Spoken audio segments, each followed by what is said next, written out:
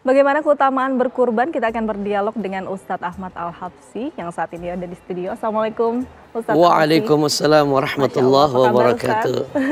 Ya, mohon maaf lahir batin. Maaf lahir dan Insyaallah batin. kullu amin wa antum bi khair. Masya Allah ya. Ustadz, tadi kita melihat gambar bahwa ada seorang pria yang kemudian mengumpulkan koin untuk membeli kurban. Begitu antusias dan sangat tidak menyia-nyiakan momentum Idul Adha ini untuk kemudian membeli hewan kurban. Keutamaan berkurban sendiri apa itu, Ustaz? Baik, sebelum saya jelaskan tentang keutamaan berkurban, izinkan saya menyapa buat semua pemirsa yang hari ini sedang menyaksikan. Assalamualaikum warahmatullahi wabarakatuh.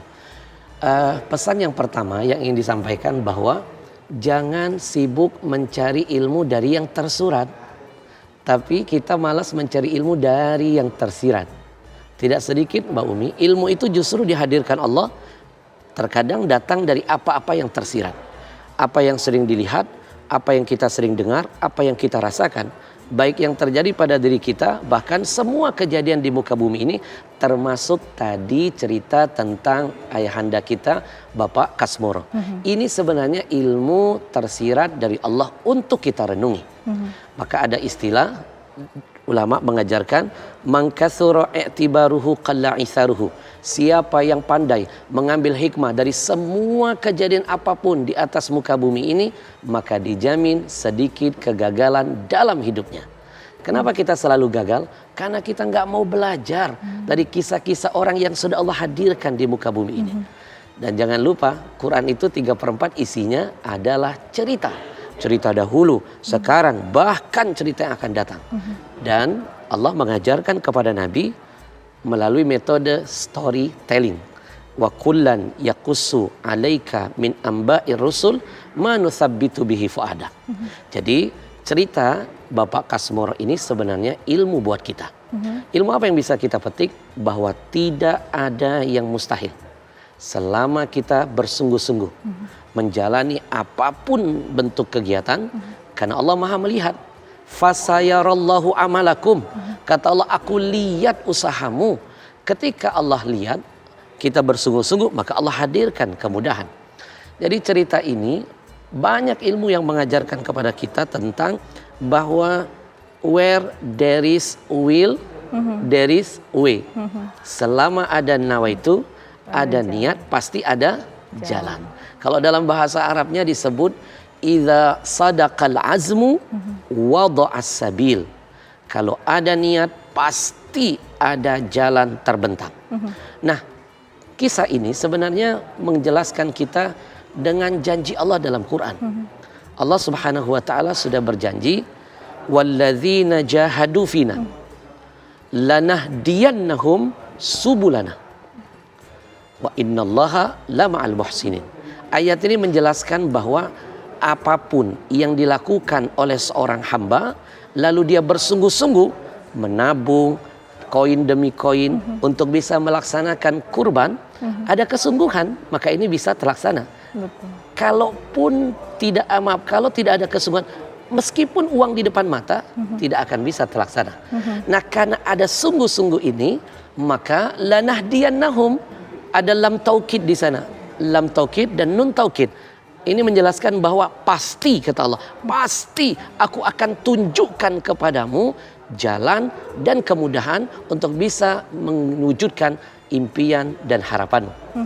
Jadi kenapa Bapak Kasmoro ini bisa berkurban?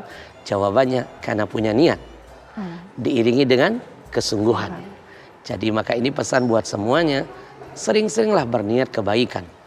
Apalagi kita umat Nabi Muhammad. Di niat baik saja, meskipun kebaikan itu belum dilaksanakan, kita sudah mendapat pahala dari Allah.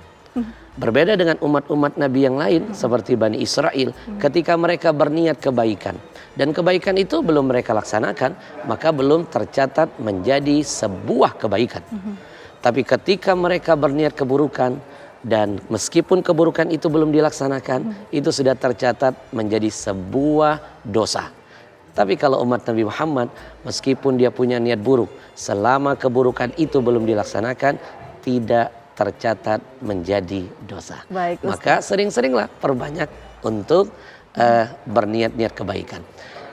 Yang berikutnya, himmatur rijal tahdimul jibal. Semangat seseorang itu sebenarnya hakikatnya memiliki kekuatan bisa menggoncang dunia sampai digambarkan begitu. Jadi ini sebenarnya sindiran dari Allah buat kita, saya, Mbak Umi dan semuanya. Kita yang memiliki kemampuan, memiliki kesempatan, terkadang kita tidak tergerak untuk melaksanakan kurban. Padahal kurban ini semuanya berisi kemuliaan, keberkahan, pengampunan dan lain sebagainya. Betul. Banyak juga yang berpikir bahwa sudah niat tapi tidak bersungguh-sungguh. Jadi katanya niat saja sudah dapat pahala. Jadi kesungguhannya malah tidak dijalankan gitu ya. Ketika niat mendatangkan pahala, maka ketahuilah apalagi niat itu diwujudkan dalam bentuk kesungguhan, maka akan mendapatkan pahala tambahan dari Allah Subhanahu wa taala. Ada istilah lagi Mbak Umi, as-sawab bigadri ta'ab. As-sawab bigadri ta'ab. Makin besar rintangan, makin berat perjuangan, makin besar ganjaran. Jadi sebenarnya apa yang kita lihat ini, Bapak Kasmoro ini lebih besar pahalanya ketimbang orang-orang yang memiliki kekayaan, tapi dia sama-sama menyumbang. Maka saya teringat dulu ketika guru saya pernah membagi, inna min asbabi mudha'afatil ujur salasatun. Ada 3 sebab pemirsa, ada 3 sebab Allah itu akan melipat gandakan kebaikan apapun yang dilakukan oleh hambanya. Kalau 3 sebab ini ada, maka walaupun ibadahnya sama, pahalanya dipastikan beda. Salah satunya adalah syaraful amil, keistimewaan orang yang melakukan kebaikan itu. Kalau ada orang kaya dengan segala potensi yang dia miliki, dia berkurban, lalu pahalanya 1. Lalu kalau ada orang seperti Bapak Kasmoro ini dengan segala keterbatasannya, tapi dia tetap mau berjihad, bersungguh-sungguh untuk bisa mewujudkan impiannya agar tahun ini bisa berkorban, maka dialah yang paling besar pahalanya. Jadi dilihat siapa yang melakukan kebaikan. Jadi kalau orang kaya yang berkorban, biasa. Kekayaannya masih tersisa.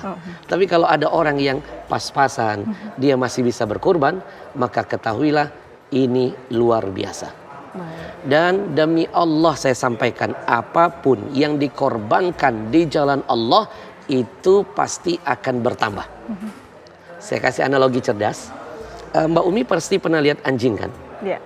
Pasti pernah lihat kambing. Iya.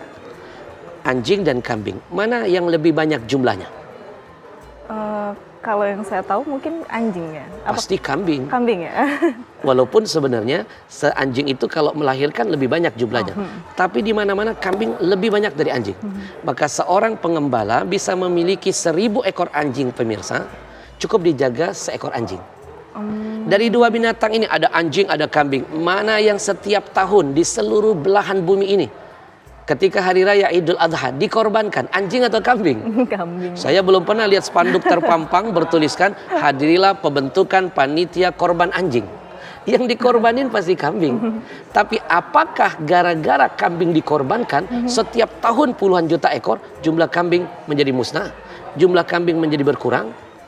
Populasinya makin menghilang? Dan anjing yang tidak pernah dikorbankan bisa mengalahkan jumlah kambing? Tidak, Mbak Umi. Semakin kambing dikorbankan, semakin berkembang, semakin banyak populasinya dan makin berkah. Itulah makna barokah. Ziyadatun fil khair. Terus bertambah-tambah kebaikannya. Baik. Jadi kalau kambing saja bisa begitu, apalagi manusia yang lebih mulia dari makhluk-makhluk lain. Ketika kita berani berkorban apapun untuk kebaikan, apalagi untuk Allah, maka yakinlah pemirsa, tidak ada kata berhenti, tidak ada kata mati, tidak akan ada punah. Malah harta kita akan terus bertambah, bertambah, dan makin berkah. Baik, kan berkurban itu jika mampu ya Ustadz ya. Orang itu menerjemahkan mampu itu adalah materi. Sebenarnya kata mampu itu sendiri apa sih Ustadz? Ya, memang ibadah kurban ini ulama berbeda pendapat. Ya, ada ulama mengatakan bahwa ibadah kurban ini, Imam Hanafi contohnya, Ya, saya baca dalam kitab Al-Mawsu'ah Al-Fiqhiyah Al-Kuwaitiyah. Itu kalau tidak salah di halaman 90-an sampai 100. Di sana dijelaskan bahwa kurban ini hukumnya wajib bagi yang mampu. Ketika dia tidak melakukan itu, maka terbilang dosa.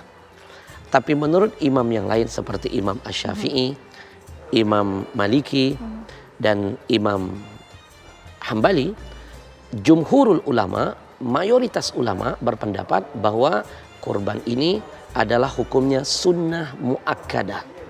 Sunnah yang amat sangat ditekankan. Kalau sudah amat sangat ditekankan, dipastikan bahwa di dalamnya ada kebaikan dari Allah untuk para pelakunya. Masya Allah, kita akan lanjutkan perbincangan ya Baik. Ustadz. Dan pemirsa, program Indonesia Berkurban masih akan kembali sesaat lagi.